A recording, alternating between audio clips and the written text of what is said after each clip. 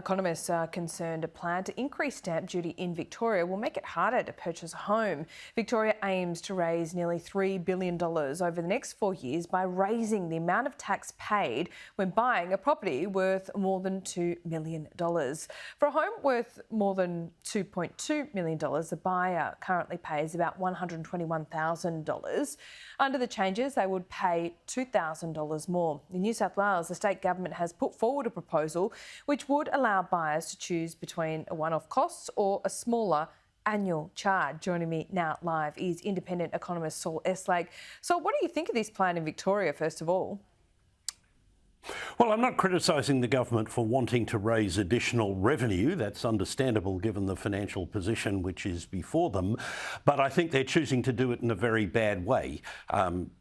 Increasing land tax is okay, although it would be better if they reformed the land tax system rather than simply raising some of the rates. But stamp duty is a very bad tax. Every economist, every official inquiry that's ever looked at the question of property taxation has said that while land tax is a good tax, indeed, economists since Adam Smith invented the subject in 1776 have been saying that land tax is the best, or depending on your perspective, the least worst of any tax that governments have ever invented. And if you want to raise more tax, land tax is a very good way, or at least the least worst way of raising it.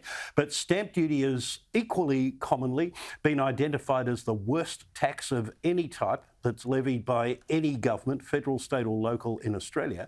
And unfortunately, what the Victorian government's proposing to do is to increase the worst tax in its armoury. And unlike New South Wales, appears unwilling to entertain the sort of reforms that Ken Henry and everyone else who's ever looked at the subject, including me, has recommended, which is getting rid of stamp duty altogether and replacing it with a more broadly based land tax that would include owner-occupied homes above a threshold value.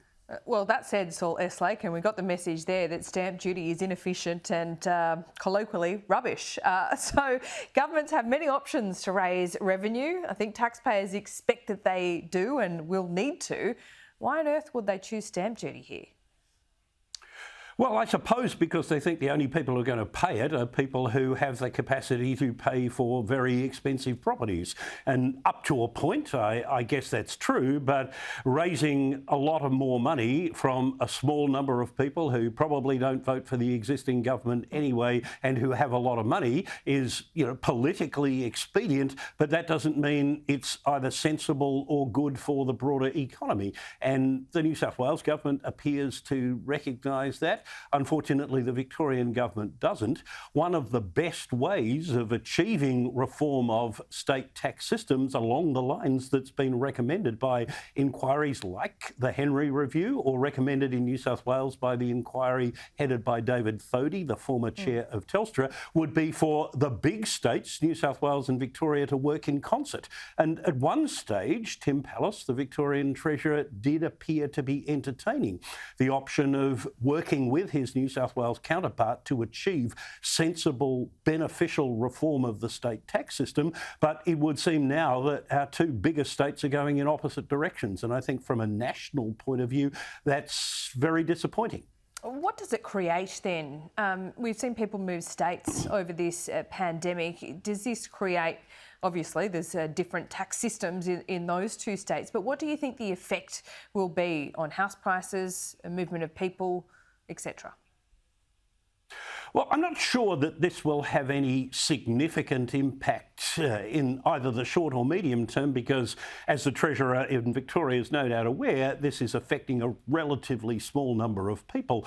But I would say more broadly that Victoria, which has come to depend over the past 10 years to a much greater extent than any other state or territory on people moving to it, both from other states and from overseas, Victoria has done a lot of damage to its image as a place that people might want to move to, both both by its mishandling of the pandemic last year, by its over-the-top policing, which is going to get worse as a result of the proposals Mr Powell has got. Among the other things that are on his agenda are a 10% increase in fines. Victoria is already the state which uses its police force as a branch of the state tax office to a much greater extent than any other state.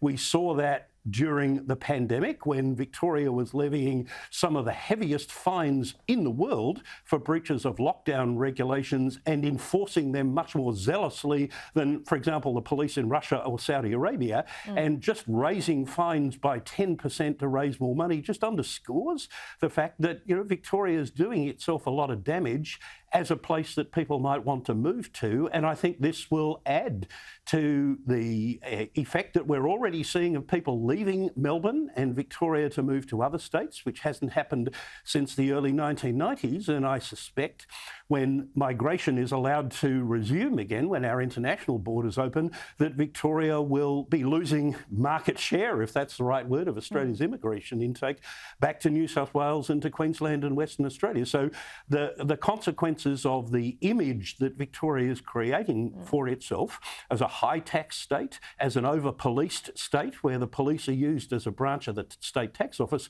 is going to do the Victorian economy some long-term harm. Well, indeed. And on a more macro level, if you like, what's the wisdom in trying to raise taxes to pay down debt when we're still in the middle of a pandemic? Well, that's a good point. And of course, the Victorian government is here taking a very different approach to the one that was taken by the federal government in last week's federal budget. The Federal Treasurer, Josh Frydenberg, quite explicitly said that he's putting off until the economy is in a stronger state, until the recovery is more secure, the task of either cutting spending or raising taxes in order to get the budget back ultimately in the black, so that if at some point in the future we face economic challenges that require governments to do the sort of things that they've done in the last 15 months, then we're well placed to do that. Victoria is taking a different position. That may mean, of course, that may reflect the fact that Victoria's budget is actually in a more dire position than that of any other jurisdiction in the country except the Northern Territory. And the trade-off between budget repair and supporting economic growth is a little bit more difficult for Victoria than it is for the Commonwealth or for other states.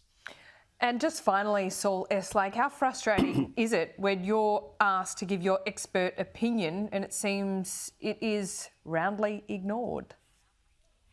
Oh, Laura, I have to say I've had 40 years to get used to that. Governments routinely ignore economic advice. Sometimes because it's politically inexpedient. Some politicians have said, we know, they said this after the global financial crisis and before, we know what we have to do. Our problem is just to get ourselves re-elected after we've done it. And, reform is not often popular. You can see this in the New South Wales context where Treasurer Dominic Perrottet is wanting to do the right thing in terms of replacing stamp duties on land transfers with a more broadly based land tax. But it is politically challenging because you're asking a lot more people to pay what is admittedly a small amount of tax more often than stamp duty. And if I can say this, the report that David Thodey did for the New South Wales government really put the case so eloquently when he said, how is it fair that someone who lives in the same property for 25 years doesn't contribute anything to the cost of providing schools, hospitals, police, public transport, child protection, the things we expect state governments to do? How is it fair that someone in that position doesn't contribute anything to the cost of those services, whereas someone else whose circumstances are such that he or she has to move 3 or 4 times in 25 years because the place where he or she works changes or the family is growing and they need more bedrooms for more kids, they contribute a great deal more by paying stamp duty every time they change property? How is that fair? And of course, the answer is that it isn't. The New South Wales government recognises that, to its credit. The Victorian government, unfortunately, and perhaps out of its desire to raise more revenue to dig itself out of the budgetary hole it's put itself in, is making its tax system more unfair and less efficient than that of any other state. Saul Eslake, you've certainly laid it out and not missed this morning. I really appreciate your time. That's a pleasure. Thank you for having me, Laura.